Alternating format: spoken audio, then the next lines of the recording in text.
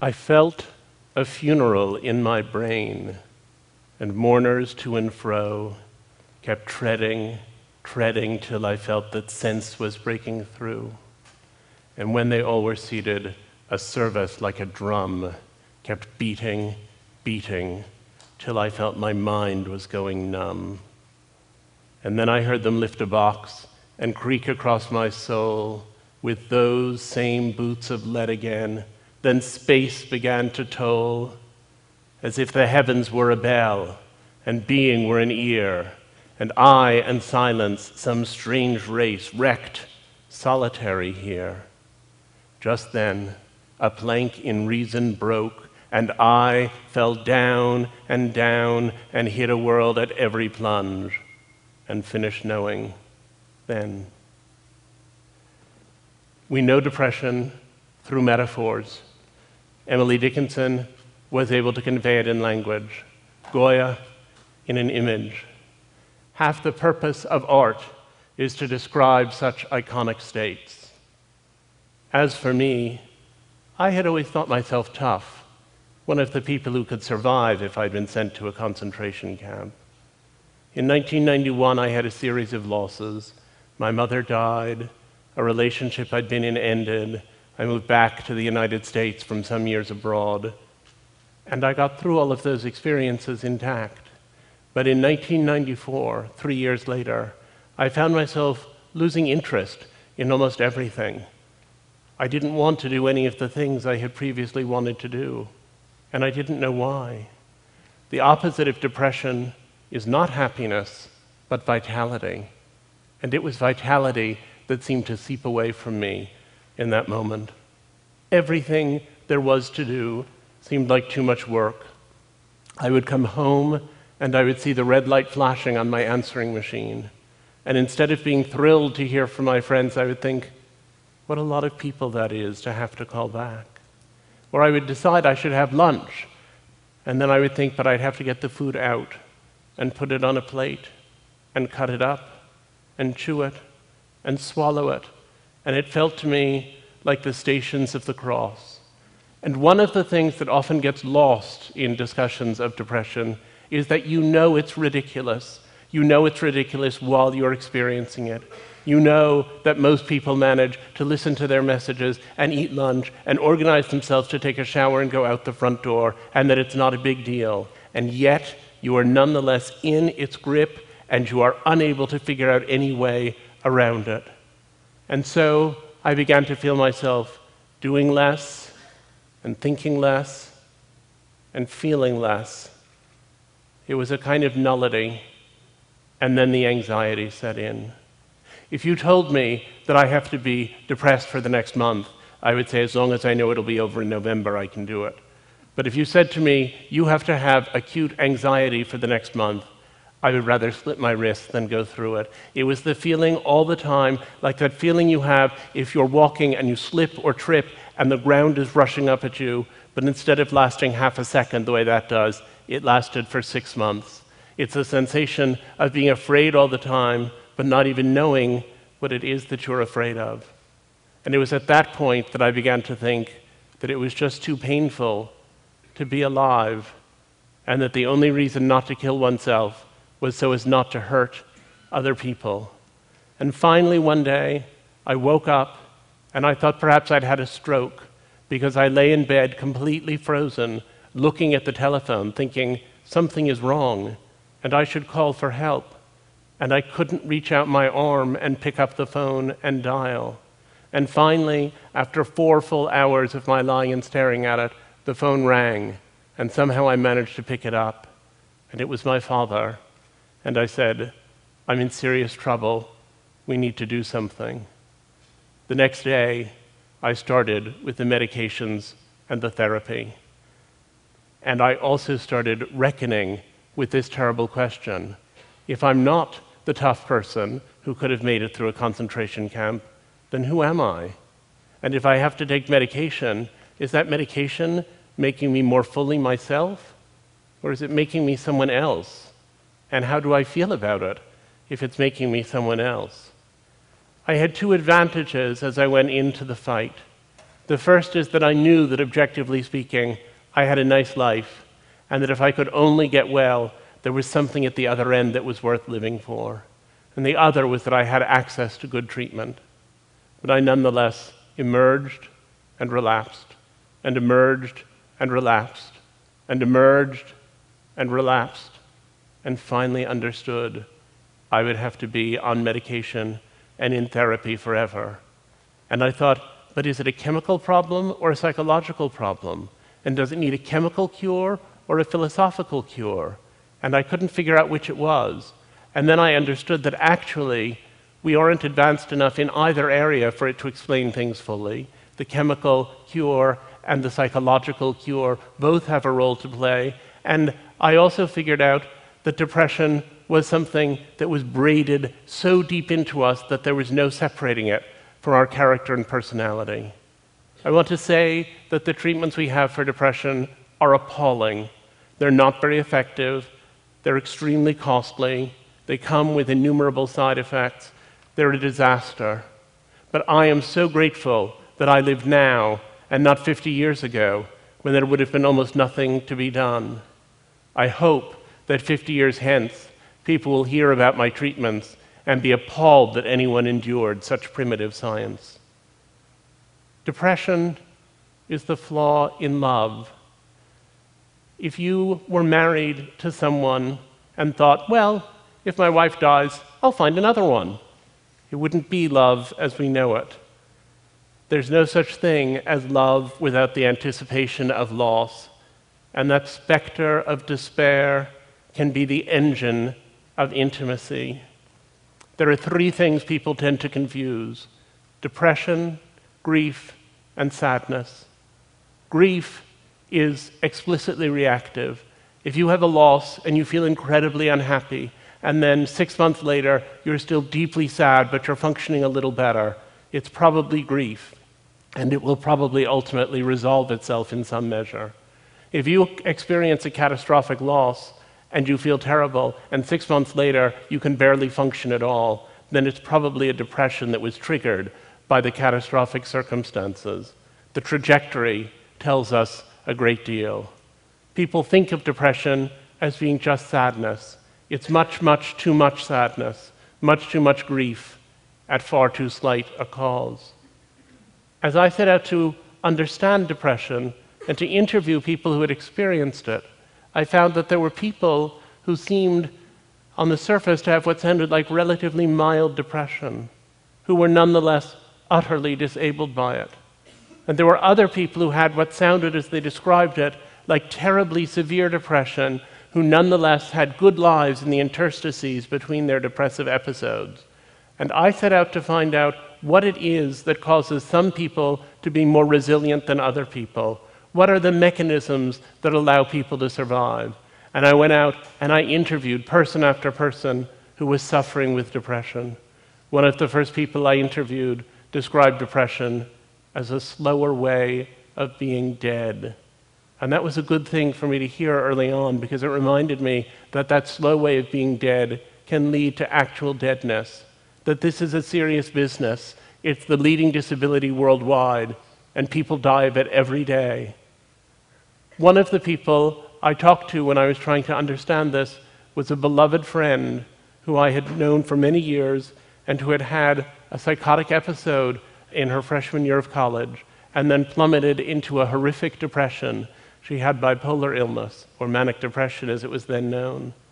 And then she did very well for many years on lithium, and then eventually she was taken off her lithium to see how she would do without it. And she had another psychosis, and then plunged into the worst depression that I had ever seen, in which she sat in her parents' apartment, more or less catatonic, essentially without moving, day after day after day. And when I interviewed her about that experience some years later, she's a poet and psychotherapist named Maggie Robbins. When I interviewed her, she said, I was singing, "Where Have All the Flowers Gone?" over and over to occupy my mind. I was singing to blot out the things my mind was saying, which were, you are nothing. You are nobody. You don't even deserve to live. And that was when I really started thinking about killing myself. You don't think in depression that you've put on a gray veil and are seeing the world through the haze of a bad mood. You think that the veil has been taken away, the veil of happiness, and that now you're seeing truly. It's easier to help schizophrenics who perceive that there's something foreign inside of them that needs to be exorcised, but it's difficult with depressives because we believe we are seeing the truth. But the truth lies. I became obsessed with that sentence, but the truth lies. And I discovered as I talked to depressive people that they have many delusional perceptions. People will say, no one loves me, and you say, I love you, your wife loves you, your mother loves you. You can answer that one pretty readily, at least for most people. But people who are depressed will also say, no matter what we do, we're all just going to die in the end. Or they'll say, there can be no true communion between two human beings. Each of us is trapped in his own body. To which you have to say, that's true, but I think we should focus right now on what to have for breakfast. A lot of the time, what they are expressing is not illness, but insight. And one comes to think what's really extraordinary is that most of us know about those existential questions, and they don't distract us very much. There was a study I particularly liked in which a group of depressed and a group of non-depressed people were asked to play a video game for an hour. And at the end of the hour, they were asked how many little monsters they thought they had killed. The depressive group was usually accurate to within about 10%. And the non-depressed people guessed between 15 and 20 times as many little monsters as they had actually killed. A lot of people said when I chose to write about my depression that it must be very difficult to be out of that closet, to have people know. They said, do people talk to you differently? And I said, yes, people talk to me differently. They talk to me differently insofar as they start telling me about their experience or their sister's experience or their friend's experience. Things are different because now I know that depression is the family secret that everyone has. I went a few years ago to a conference, and on Friday of the 3-day conference, one of the participants took me aside and she said, I suffer from depression and I'm a little embarrassed about it, but I've been taking this medication and I just wanted to ask you what you think. And so I did my best to give her such advice as I could. And then she said, you know, my husband would never understand this. He's really the kind of guy to whom this wouldn't make any sense. So it's just between us. And I said, yes, that's fine. On Sunday at the same conference, her husband took me aside. And he said, my wife wouldn't think that I was really much of a guy if she knew this, but I've been dealing with this depression and I'm taking some medication and I wondered what you think. They were hiding the same medication in 2 different places in the same bedroom. And I said that I thought communication within the marriage might be triggering some of their problems. But I was also struck by the burdensome nature of such mutual secrecy. Depression is so exhausting. It takes up so much of your time and energy, and silence about it, it really does make the depression worse. And then I began thinking about all the ways people make themselves better. I'd started off as a medical conservative. I thought there were a few kinds of therapy that worked. It was clear what they were. There was medication, there were certain psychotherapies, there was possibly electroconvulsive treatment, and that everything else was nonsense. But then I discovered something. If you have brain cancer and you say that standing on your head for 20 minutes every morning makes you feel better, it may make you feel better, but you still have brain cancer and you'll still probably die from it. But if you say that you have depression and standing on your head for 20 minutes every day makes you feel better, then it's worked, because depression is an illness of how you feel. And if you feel better, then you're effectively not depressed anymore. So I became much more tolerant of the vast world of alternative treatments. And I get letters. I get hundreds of letters from people writing to tell me about what's worked for them. Someone was asking me backstage today about meditation. My favorite of the letters that I got was the one that came from a woman who wrote and said that she had tried therapy, she had tried medication, she had tried pretty much everything, and she had found a solution and hoped I would tell the world. And that was making little things from yarn. She sent me some of them, and I'm not wearing them right now. I suggested to her that she also should look up obsessive-compulsive disorder in the DSM. And yet, when I went to look at alternative treatments, I also gained perspective on other treatments. I went through a tribal exorcism in Senegal that involved a great deal of ram's blood and that I'm not going to detail right now. But a few years afterwards, I was in Rwanda working on a different project, and I happened to describe my experience to someone. And he said, well, you know, that's West Africa and we're in East Africa, and our rituals are in some ways very different, but we do have some rituals that have something in common with what you're describing. And I said, oh, and he said, yes. He said, but we've had a lot of trouble with Western mental health workers, especially the ones who came right after the genocide. And I said, what kind of trouble did you have? And he said, well, he said they would do this bizarre thing. He said they didn't take people out in the sunshine where you begin to feel better. They didn't include drumming or music to get people's blood going. They didn't involve the whole community. They didn't externalize the depression as an invasive spirit. Instead, what they did was they took people, one at a time, into dingy little rooms and had them talk for an hour about bad things that had happened to them.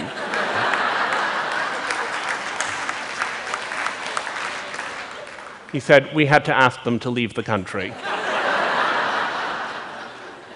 Now, at the other end of alternative treatments, let me tell you about Frank Russakoff. Frank Russakoff had the worst depression, perhaps, that I've ever seen in a man. He was constantly depressed. He was, when I met him, at a point at which every month he would have electroshock treatment. Then he would feel sort of disoriented for a week. Then he would feel okay for a week. Then he would have a week of going downhill. And then he would have another electroshock treatment. And he said to me when I met him, it's unbearable to go through my weeks this way. I can't go on this way, and I figured out how I'm going to end it if I don't get better. But, he said to me, I heard about a protocol at Mass General for a procedure called a cingulotomy, which is a brain surgery, and I think I'm going to give that a try. And I remember being amazed at that point to think that someone who clearly had so many bad experiences with so many different treatments still had buried in him somewhere enough optimism to reach out for one more. And he had the cingulotomy, and it was incredibly successful. He's now a friend of mine. He has a lovely wife and 2 beautiful children. He wrote me a letter the Christmas after the surgery, and he said, my father sent me 2 presents this year.